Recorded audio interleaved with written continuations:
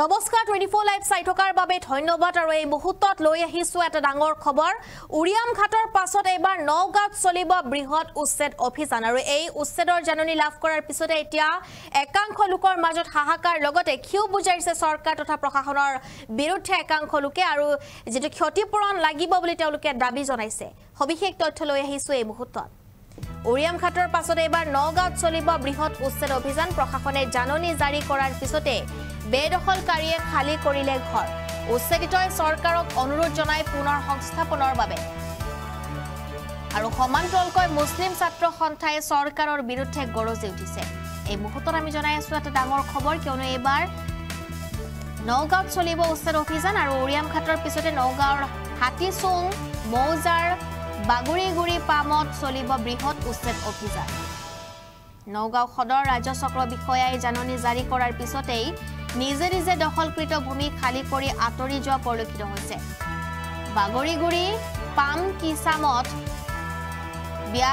62 আৰু 63 নং চৰকাৰী গেজিং ৰিজাৰ্ভৰ বাস কৰা লোকসকলে নিজে খালি কৰিছে যদিও তেওঁলোকে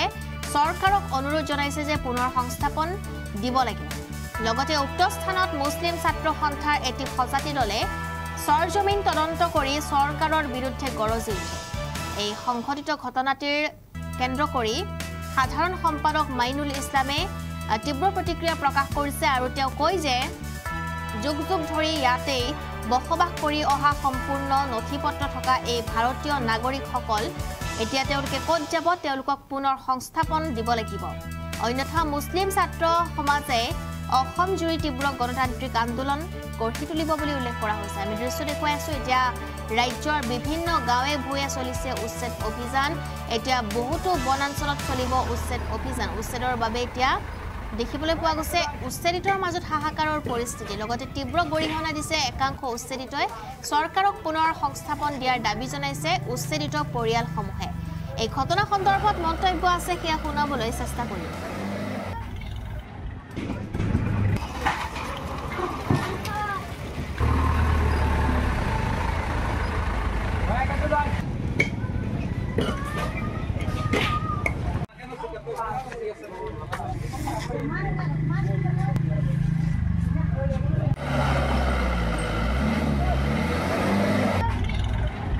যোৱাকালি ৰাতি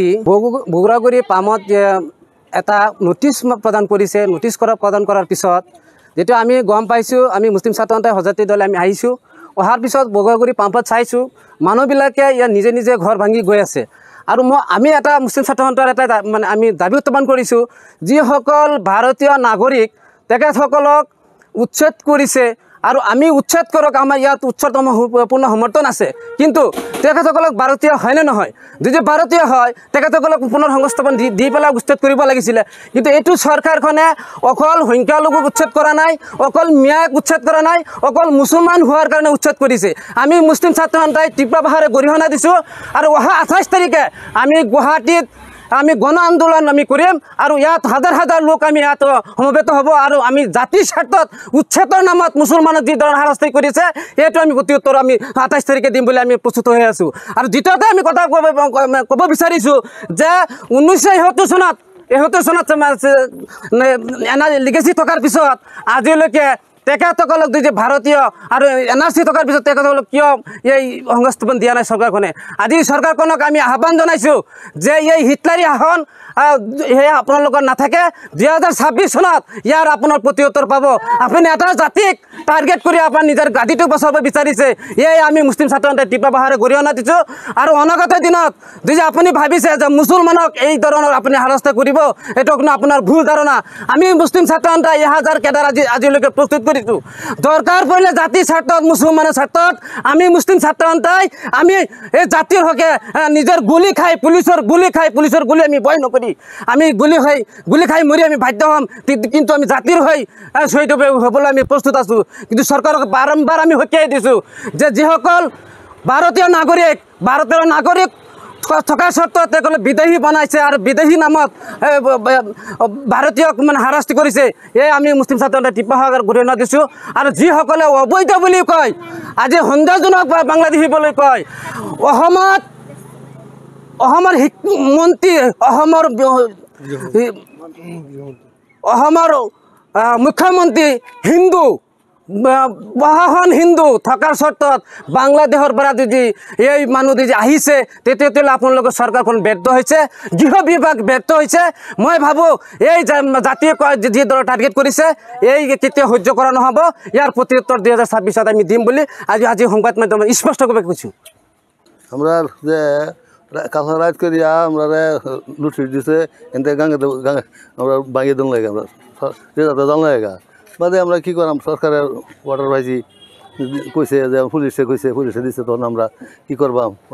ঘর দর ভেঙে যাওয়া শুরু করছি কই যাই আমরা যাবার কোনো জায়গা নাই নদী লয়ে গেছে সম্পত্তি আগের যা আছেন সম্পত্তি নদী লয়ে গেছে মাড়ি বাড়ি যা আছেন সব লয়ে গেছে গা তখন আমরা যাইম কই সরকারে আমরা কি কারে কি কইয়াম কারে তো কইবার মতো আমরা নাই আমরা আন্তাজ মায়ের ডরে বা আমরা অত্যাচারের ডরে এতে বাগিয়ে যাইতেছি ঘর বাড়ি ভাঙ্গিয়া ঘরে যায় সব সম্পত্তি সামান সারা আছে সব আমরা গাড়ি বাড়ি যাইতেছি কি হ'ল এতিয়া আমাৰ ৰাতি 9টামান বজাত আহিছে পুলিচ আহিছে আহি ন'টিচ কৰিছে যে ৰিজাৰ্ভ খালী কৰিব লাগে তেতিয়া আমি ক'ত যাম